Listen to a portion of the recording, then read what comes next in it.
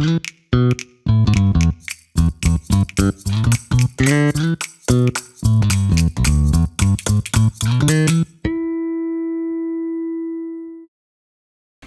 は、サバ、しめサバの作り方、紹介しようと思います。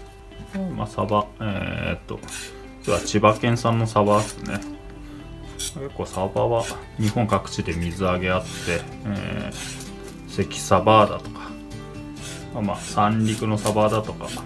いろんなところでブランドサバみたいなの出てるんですけど、千葉県産のサバですね。でサバしめサバ作るときに、身割れするんで、サバは、釜を落とさずにさばいていくっていうのがポイントだったりしますんで、その辺紹介したいと思いますね。まずほとんど鱗残ってることないんですけど、こう包丁でこそげてやると、若干ながら鱗が取れるんで、大丈夫。この鱗をきれいに引いちゃいますんで、普通魚さばくときはこう釜を残さずにこうさばいていくんですけど、サバの場合は身が割れやすいんで釜を残してさばくんですよね。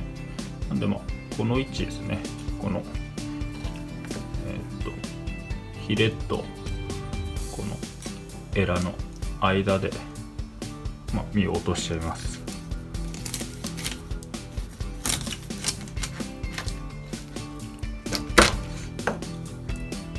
で、お腹、おへそから、お腹開いていきますと。でここで一旦、内臓洗います。結構サバは血が出るんですけど、で内臓がここに詰まってるんで、引っこ抜いてあげるとこの内臓出てくるんで、この白子ですね。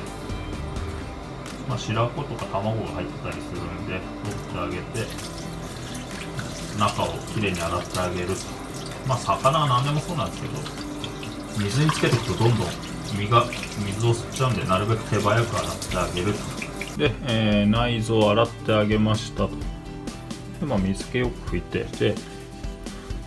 どうしてもこう血合いが残るんですよね。この残った血合いは、歯ブラシなんかで洗っちゃう方法もあるんですけど、僕はこの骨抜きで結構こう根元から引っ張ってあげると結構綺麗に取れるんで、こんな感じで取ってあげて、最後ペーパーで拭いてあげると。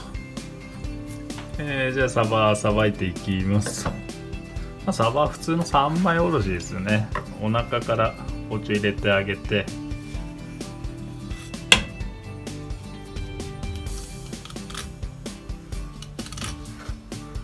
で返して背中から包丁入れてあげると。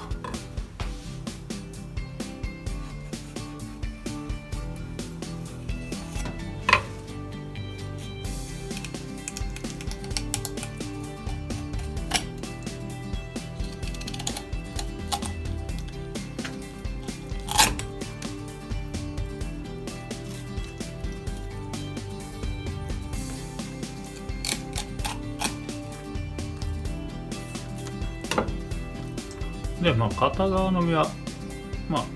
普通の三枚おろしでいいんですけど、こっちね、下側の身、これこっちからおろすと身が割れるんですよね。身が割れるんで、裏おろしてこのままおろしちゃうんですよね。包丁入れてあげて、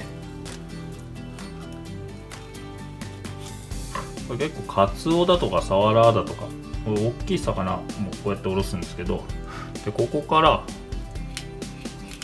こうやっておろしてってあげるんですよね。そうすると、身が割れずにきれいにおろしやすい。一旦ここで、分かりますかね、ちょっと包丁抜いて、ここであばらを切っちゃいます。でそこからこっちに身を返して包丁してあげると。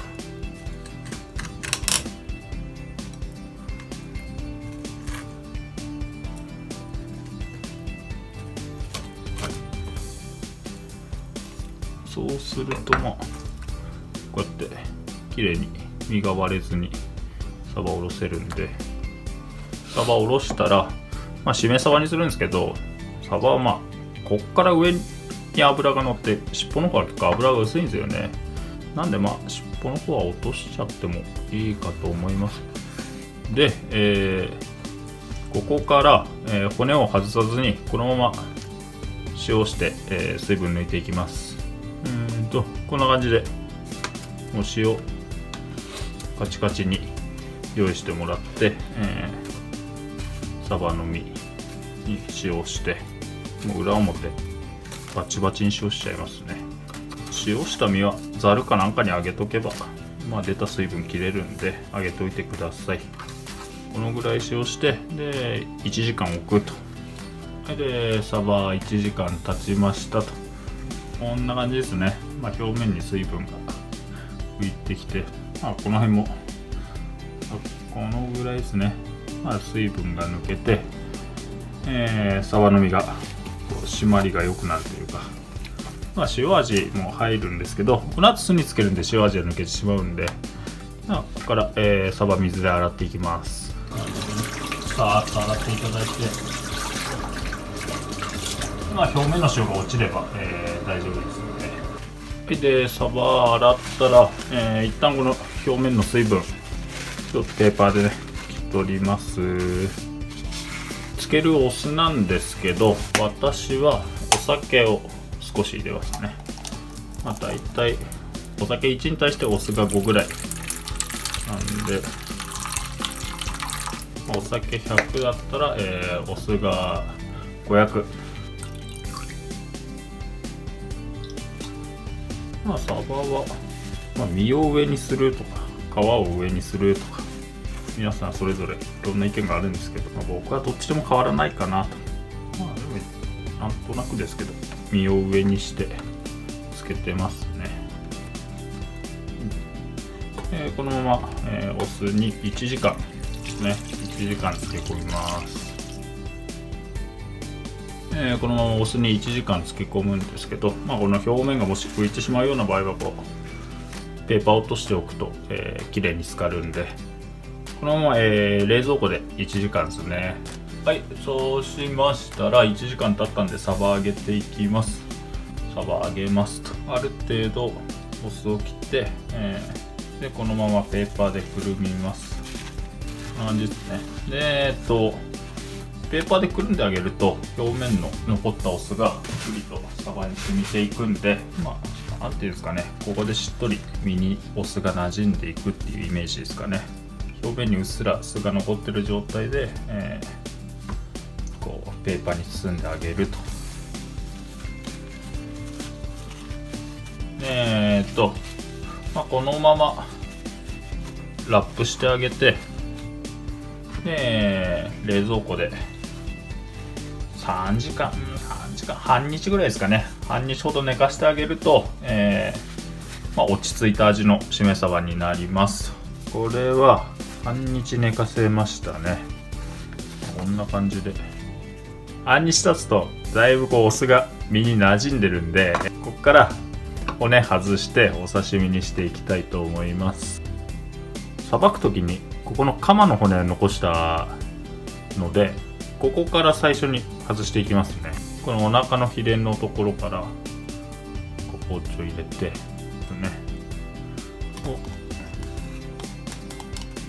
まっすぐ落としちゃいます。尻尾を手前に置いて、逆さ包丁で刃を上に向けてビッとあばら骨外して、でそこから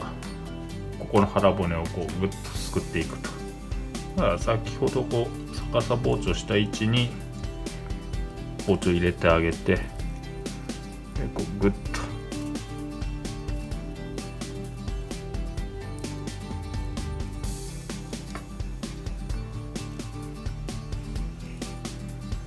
こんな感じですね。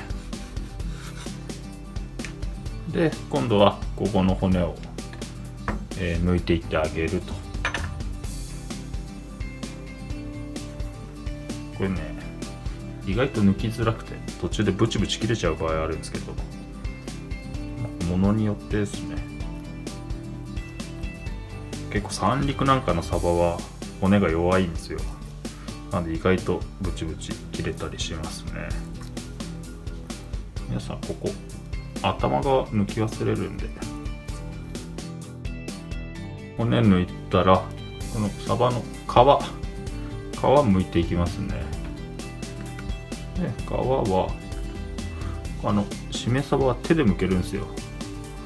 このね、ここからちょっとめくってあげて、このまま引っ張るとお腹がたまに切れちゃうんで、こうしっかりお腹を押さえながら剥いてあげると。そしたら、お刺身切っていきたいと思います。お刺身で食べて美味しいのはこのお腹のこの部分から、ここまで、まずわかめですね。はい、で生姜。サバは生姜じゃなくてわさびで食べる人とか、あとしめサバはわさびで食べることが多いですかね。お好みで好きな薬味、あとネギがあってもいいでしょうし、すだちとか絞っても美味しいでしょうし、スライスじゃなくてもおろし生姜でも好きな薬味で食べてください。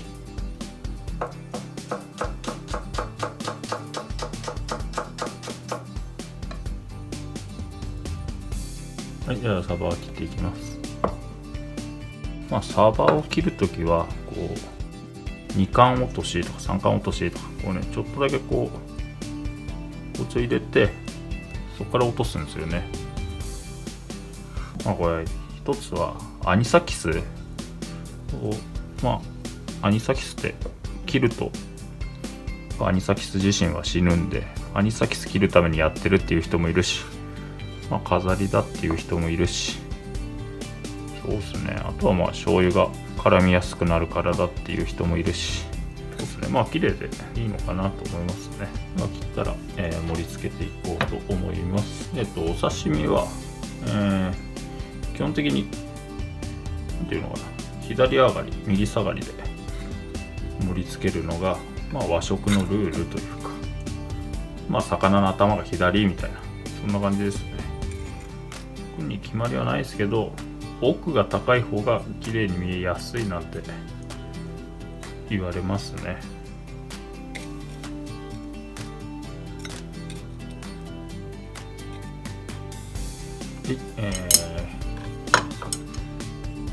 こんな感じでいかがでしょうか。しめサバでした。